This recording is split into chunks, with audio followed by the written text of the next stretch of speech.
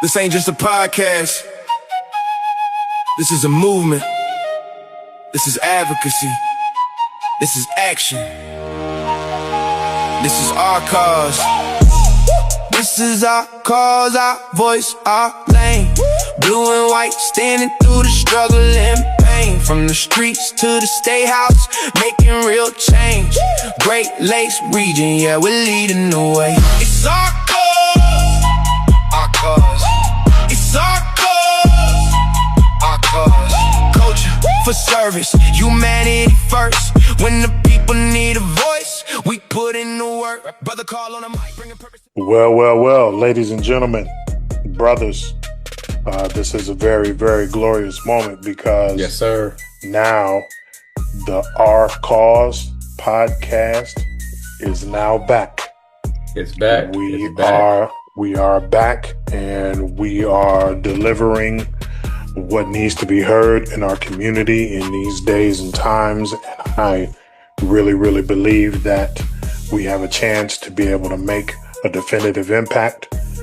We are two great brothers of the mighty Phi Beta Sigma Fraternity Incorporated, and we are going to give it to you straight, no chaser. I am Brother Anthony Eaton. And I'm Brother Karl Nichols. And this is Our Cause podcast. You know, Brother Eaton, they say don't call it a comeback.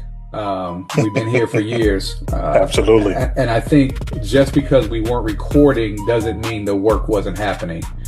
And I think sometimes you have to be in a space where the people need you most. True. And I think sometimes that's boots on the ground work. And I think with what we have ahead of us in our current political situation and financial and economic situations, I think we have to figure out how to get the information to the most people possible. And, Correct.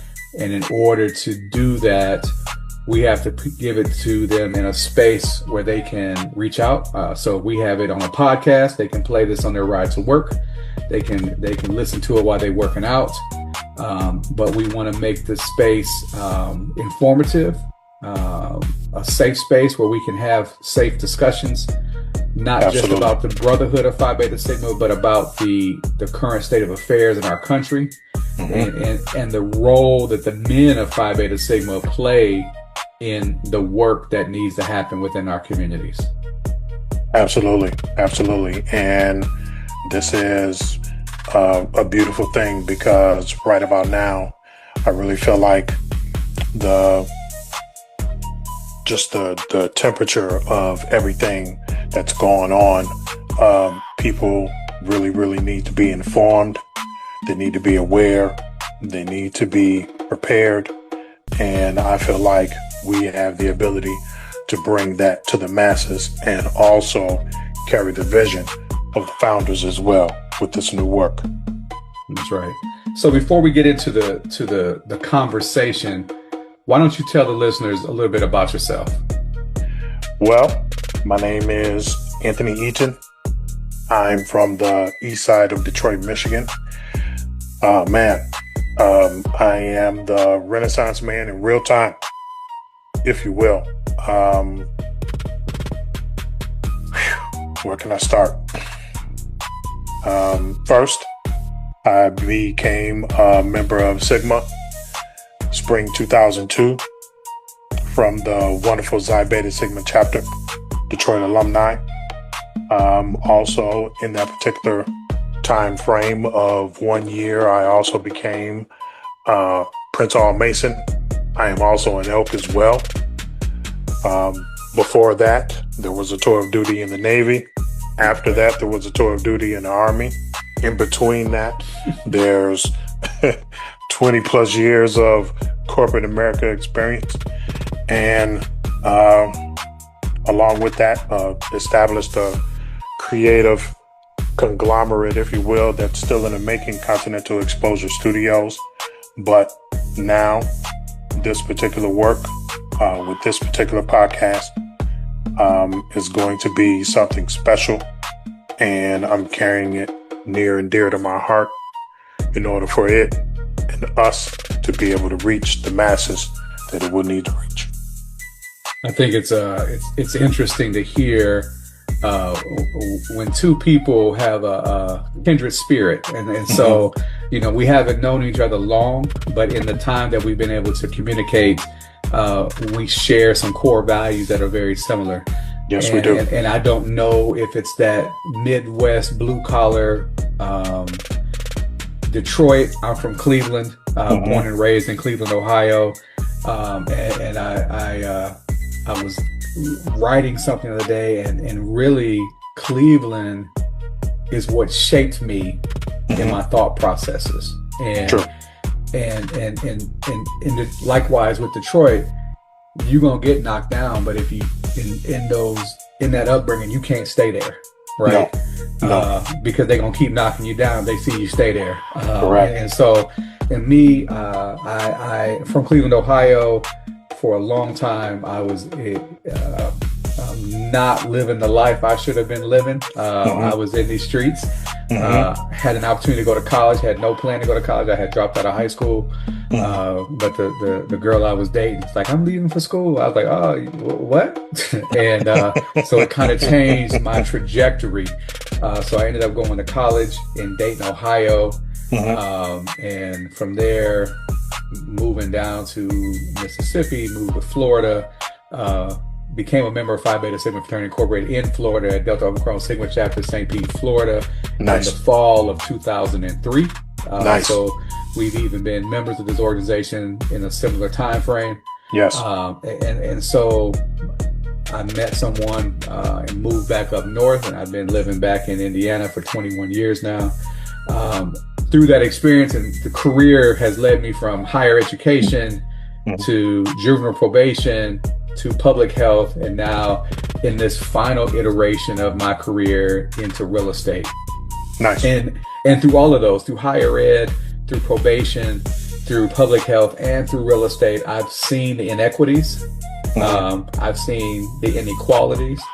I've seen the blatant racism. I've seen the structural design that was intended to not allow people to succeed. And so when we talk about this climate, I've seen this climate in action my entire career. And so, that is something, and not realizing until later in life, that's what was happening. Yes. And so how can I use the spaces that I'm in to better the communities that I care about? Correct. And to just give a little bit of color on that, I never knew so many white people existed until I got to college. There was not a whole lot around where I was at. Not a whole lot in my family. My grandmother remarried a black man.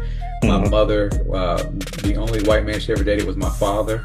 And so I didn't see. So I was raised by a 70-year-old black man from Mobile, Alabama. Wow. That was my father figure. Wow. The people that shaped me, the teachers that shaped me, we had like only two white teachers. There was 3 total white students in our school system. So, didn't know. So when I went to college, like, man, it's a whole lot of us.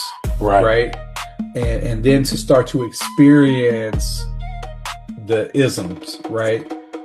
From my perspective. And I'm sure in some podcasts we'll tell that story, but there was vernacular that I was used to using in my circle in Cleveland that when I left that circle, I couldn't use that vernacular anymore. And so I got some stories about that. But again, through this service, through Phi Beta Sigma, this is the time for action, right? Yes. We are both involved in the fraternity's programmatic thrust of social action. Yes. And though the fraternity's thrust of Bigger, Better Business was its first program, when we look at the inequalities in business, the inequalities in access to capital through the BBB side, that's a social justice issue. Yes, it is. You look at the access to education and the access to funding for education and the access to school systems that are on an equitable basis. That's a social justice issue. So this social justice and this social action arm touches every touch point of this fraternity. Yes, it does. And every member, and every family member, and every community member, and every elected officer, social action is the DNA and the heartbeat of Phi Beta Sigma. Yes, it is. I want to talk about, so people, they know who we are, right? And they Yes, know they do. that we have this show. Yes, But they I do. want to talk about the why. What is the why? Why are we doing this show? Why? What's social action? What does it mean to you? What does it mean to you? Well, considering the fact that my father was born in Birmingham, Alabama in 1929, and my mother was born in Little Rock, Arkansas in 1931, to be able to carry on the instance of that fight that they grew up in, the first Jim Crow, considering the fact that we might as well put it out there, we are in a new one. It's just gone digital. The red hat wearers, if you will, they are part of the new Confederacy. We're not gonna hold it up. We're not gonna sugarcoat it. And a lot of my fight comes from them. A lot of my fight comes from listening to those stories, chilling with my father in the basement. And he would tell me about, the time him and my uncle, were chased home, by the Klan. He would tell me about the times that, he's seen the lynchings go down and had to run from them. And my mother, same instance. And still, even in, their spirit form, that fight is still with me. But my mother, Little Rock, Arkansas, had the ability to share some stories about, the Little Rock Nine, things of that nature. So now let's of that. put this in perspective, though. Yes. This is not 100 years ago. No, it's not. Right. This is not 75 years ago. No, it's not. Right. This is not old history, right? No, it's not. And By so no means. to have heard these experiences firsthand, not from a book, not from a podcast, not from a story tale time, but from your parents, right? From a family member. It makes it real. And I think sometimes as we go through social action, there's a disconnect. Yes. Because there's been a certain level of comfortability that people have experienced, right? Yes. Jobs and education and homes and making money. And, just because someone hasn't been lynched in your family in the last, 40 years, there's still been lynchings. Correct. Right? Just because someone from your family member hasn't been overtly talked about or seen the Klan walking in hooded sheets, right? But when you've tried to sell your house and they see that this is a black-owned home, it appraises for less Correct. than it would be if it was a white-owned home. Correct. Access to loans for homes. This is still racism. This is a financial lynching. It is. And so we have to look at the organization of the ones we're fighting against, and we have to outsmart them. We have to outwit them. We have to out-organize them. We have to out-mobilize them. Yes. And we have to outwork them, to be quite honest. Yes. And it's something trying to explain to my son. So I have two sons, both members of Phi Beta Sigma Fraternity Incorporated. Nice. They have one of my things that was important to me was to do a better job, to be the father I didn't have. And so I think I did pretty well with that. And so there's a lot they didn't experience. but there's a lot they did experience, and to Yes. still in whatever year it was in the 2000s, 2020s, to be scared for my teenage sons to drive the car at night Mhm. should not be a fear that a parent should have in 2026, No, it shouldn't. right? But it is. A white parent even, right? Correct. With that fear because I have a black son. Correct. Two black sons. And so so we talk about the why is that both of us have people that we love who have experienced this, Mhm. and we currently have people that we love that are in the midst of it. And so we look at the downfall of, how things are going politically, and the tearing down of the Voting Rights Act, the tearing down of so many things that so many people worked so hard to achieve with blood, sweat, and tears. Correct. And we have a responsibility to not allow that to be torn 100% down. Correct. One of the things I ask myself is what am I disappointed about within this social action world, right? That I haven't embraced and put myself in the midst of with Phi Beta Sigma. And I think what is disheartening is the lack of action in social action. Yes. It's a lot of talk. It's a lot of MOUs. Yes. It's a lot of meetings. Yes. Meetings to plan meetings. Yes. But we got to put boots on the ground. We need to be visible. And Exactly. I think the time and listening to the brothers in the Brotherhood, I hear Mhm. they want to do something. Mhm. And it is our responsibility, my responsibility, your responsibility, the leadership's responsibility to give them tangible things that can be done, that can Yes. make impact. Because Yes. this is not a time to just sit and be angry. No, it's not. We can't No, be it's not. angry. It's not a time to sit and just say it is what it is either. No, it's not. Because it's going to be, it is what we make it. Exactly. And it is what we work for. Exactly. And so as we move through this show, and as we move through these episodes, I want to make sure that we have important conversations. Yes, indeed. And I want this to be a space where when a brother listens to this show, a community member listens to this show, they feel like they can jump on and leave a comment and ask questions or ask how they can help, ask where do they fit in. So as a pastor, we give something to our new members of our church, says, where do we fit into our congregation? How do I fit in, right? Correct. And brothers need to ask themselves, where do I fit in this fraternity? Where do I fit in? Where's my niche in the community? And so that is where I would like this show to go as we move forward. Absolutely. Absolutely. And I really do feel that as I've been giving a slight call to action, every time I greet a brother or talk to a brother, the time is now. Mm-hmm. And the time is really now because it's no secret of what's going on.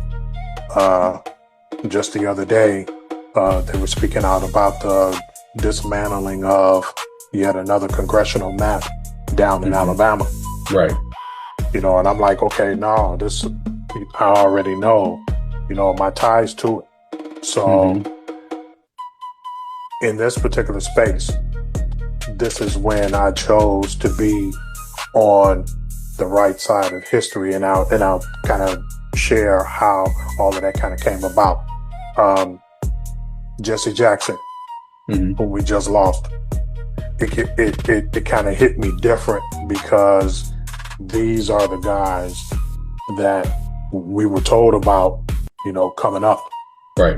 These were the guys that were in the mix of real social action. Right. And it hit me different because it was like, okay, and I'm thinking in my head, who's left? Mm-hmm. And then about an hour later, it hit me again. It's not a relay. Right. what happened to him and what happened to all of them that came before us. They were passing the baton. So I took it upon myself to say, okay, look, you know what? Something's going to have to change. And I need to be on the right side of history during this time. Right. So within all of that, there came some essays, there came some speeches, even the most recent I Have a Dream 2 speech, which I will talk about at another time. A whole bunch, but now as it relates to us and what we're getting ready to do with Sigma, really the time is now. We have to be boots on the ground now. We have to be the social action now that Jesse was, that Martin Luther King was, that Jose Williams was, that Brother John Lewis was, that we have to be that now in order for us to make sure that we are on the right side of history.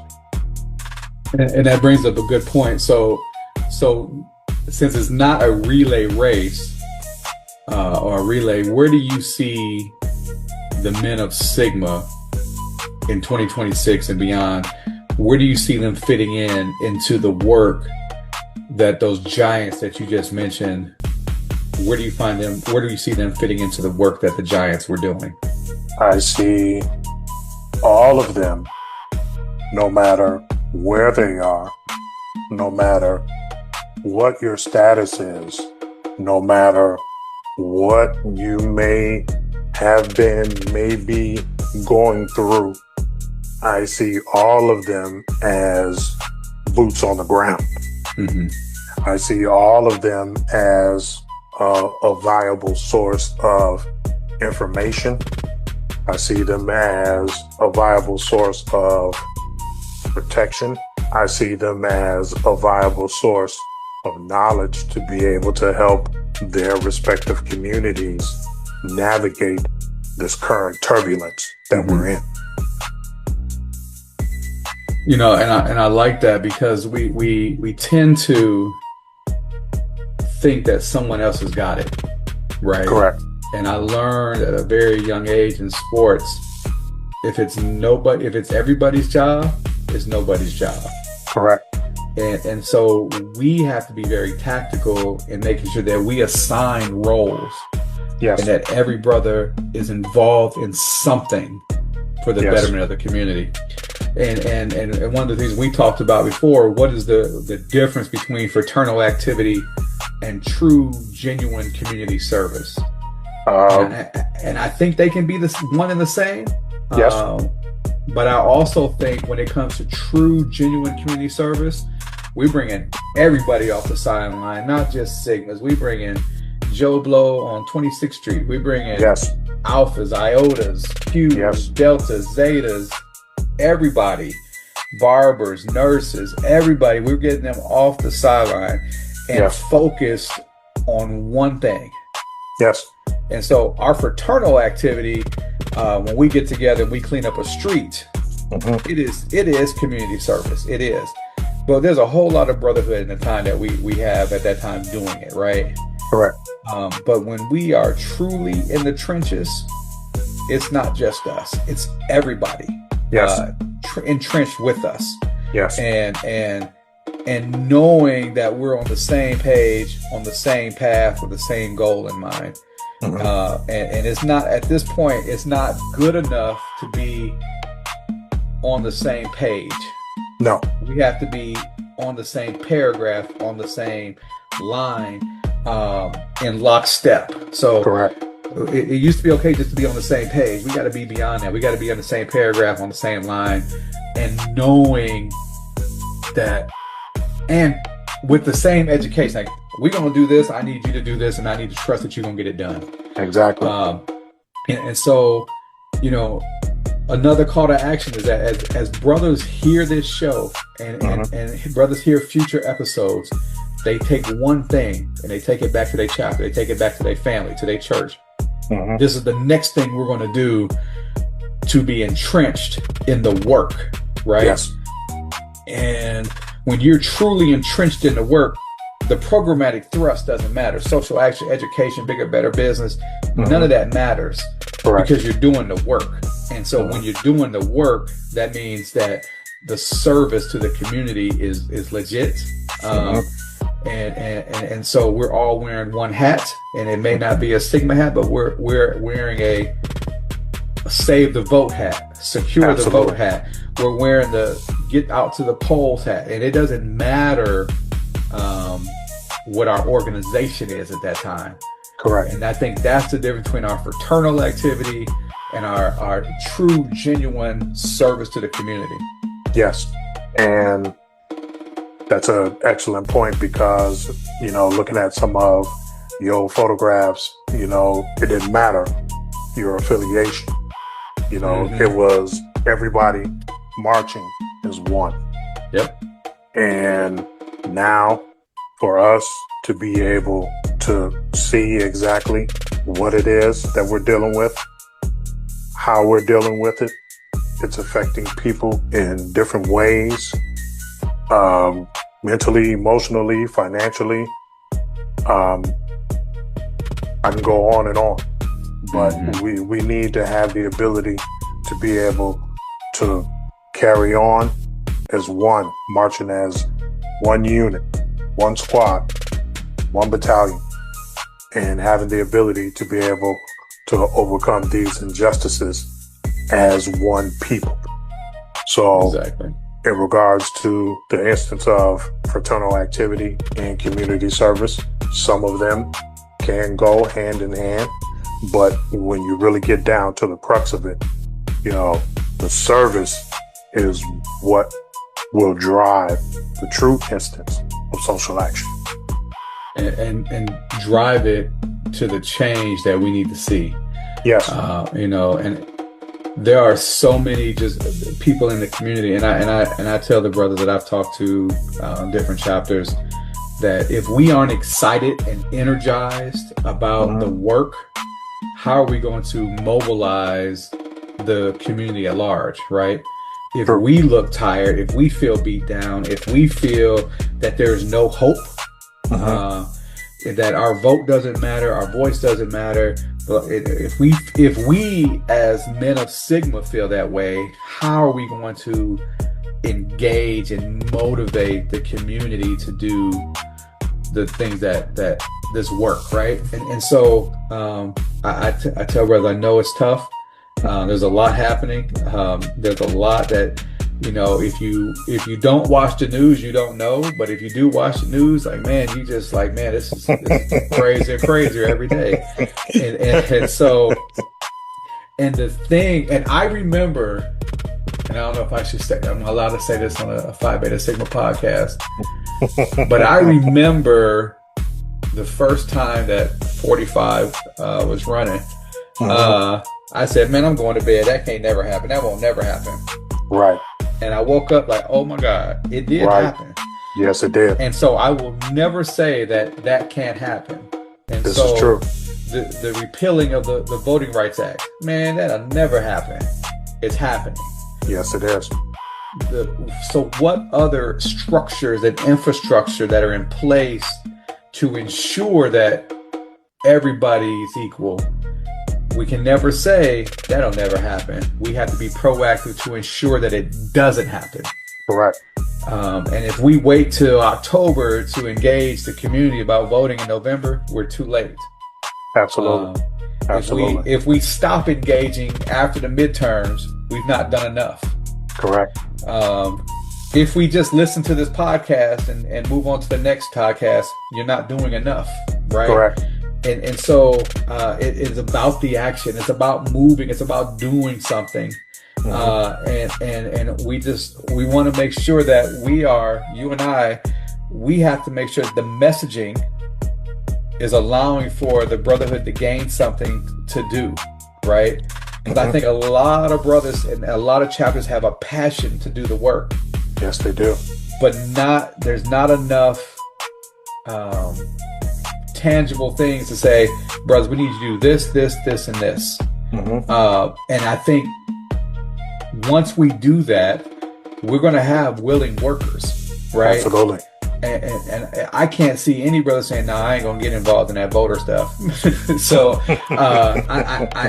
I can't imagine that happening. I'm sure somewhere it may, but I choose to believe in the men of Sigma. I choose to believe in the community as a whole, that once we energize, because we want to empower voters, we want to mobilize the community, but at first we got to energize the community, because right now there's so many people in survival mode. Like, I don't really care about that election, because I just got to get this paycheck to make sure I get this mortgage, this rent, this utilities, this car note, this insurance paid. I ain't worried about that right now, but we have to show the importance of it, so that you don't got to work as hard to make sure that those things are paid. You don't have to work 17 and a half jobs just to survive. You don't have to choose between a paycheck and going to the doctor, right? Absolutely. And so I think it is so important that we, as the leadership in this social action space, provide energy, not just education. We have to provide energy to keep everyone excited, and it starts at home. It starts in Sigma. Like, we have to stay excited about this work. We have to stay at the forefront of this movement, and we can't let the work beat us down. No, we cannot. No, we cannot. So, I do have a question though. Sure. So when we talk about what does this look like when Sigma lives the mission versus performing, what's the difference? And then what does living the mission look like to you, rather than just performing? Living the mission to me means that every chapter, everywhere, we should see some sort of motion. We should see some sort of action. We should see voter registration drives. We should see a sea of men in blue and white in the neighborhoods, making sure that everything is okay with the community as best as it could be, making sure that they can see Phi Beta Sigma as a lighthouse, a safe place, a safe space. You can hear the people in the grocery store, girl, I saw those Sigmas out there, they marching again. Well, Miss Gladys, I saw that they was marching last week about something else. I think they're really doing something special. I feel like, we have the ability, to be able to get that done. And I think that the more that we galvanize, as I said earlier, every brother from everywhere, no matter your status. This is very important, because I know how it is. Life goes on, life gets busy, I'll come back to it, and then all of a sudden we're in the second iteration of the Great Orange Gestapo. We're in the second iteration of, we got a stimulus check this time, but it's not coming this time. So what are we going to do? Yeah, and I think we have to turn the complaint into action. Correct. Because the complaint can't change and turn into complacency. Correct. Right? It has to go into action. And so, Brother Eaton, I think this has been great. So as we plan the next episodes throughout the year, I know we have some exciting guests scheduled to come.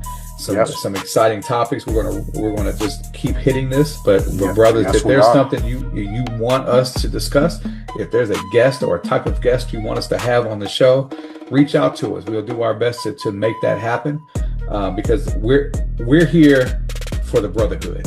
Absolutely. We're here for the community. Absolutely. And so we're going to make sure that we keep the information at the forefront. But if there's information that you feel that you need, brothers, let us know. We'll definitely get that to you. We'll definitely we'll do something specific for your request, just to make sure you have what you need. But brothers, just like Brother Eaton said, we need to secure this vote. Absolutely. We have the toolkit ready for every chapter to do document drives, voter registration, voter checks, voter education, voter empowerment. We have the tools in place. We have the brothers to help your chapter to implement and carry out. We have if your chapter, if we need to figure out and find the finances for something to happen, we'll figure it out, because this is too important to not try everything. Absolutely. And I know, talking to the other regional directors of social action across the country for each region, we're going to join together and to have one initiative across every region. Yes. It may be called something different, but the goal is to educate, to empower, to register voters. Absolutely. And it may look different for every community. Some communities may need to do some transportation to the polls. Some communities may need to just make sure that their registrations are still valid. Some communities may have gotten hit harder by the ID changes. So every community is different. We're not trying to create something one fix for every community. Correct. Making sure that we have the tools in place that whatever the community needs, we're there to provide it. Absolutely. Any closing words, Brother Eaton? I recommend you buckle up, because there are going to be some serious subjects that we're going to cover over the course of time and space. We are definitive and we are absolute in this thing called social action. We are taking action. We are taking action now by carrying the vision and bringing it to the masses. And I promise you, you will not be disappointed. I promise you, you will be empowered. I promise you, you will gain knowledge. I promise you, you're going to want to be on the right side of history. Yes, sir. On this go around. And I can promise two things. One, that at one of these episodes, I'm probably gonna cry. So don't y'all say nothing. Don't y'all say nothing. If y'all hear this and y'all see me cry, y'all leave it right here on the podcast and hit stop. That's right. When I'm done. But it'll probably happen, because I take this seriously. Absolutely. And I may cry out of anger and I may cry out of sadness, but it's probably gonna happen. Absolutely. The other piece is that if you hear this podcast and choose not to do anything, you indeed are the problem. Absolutely. And I challenge you that if you hear this podcast and you don't know what to do, that's fine. We'll help you with that part. But if you don't feel moved to do something, check yourself. Absolutely. Because you are part of the problem. Absolutely. And there has to be movement. There has to be action from everyone. With that said, brothers, I thank you for joining. I thank you for listening. Brother, I ask that you subscribe, you share this podcast on your social media, word of mouth, text, email, carrier pigeon, smoke flames, whatever you got to do. Share this podcast, get it out there, because the information is crucial. And the very crucial. Very crucial. Thank you.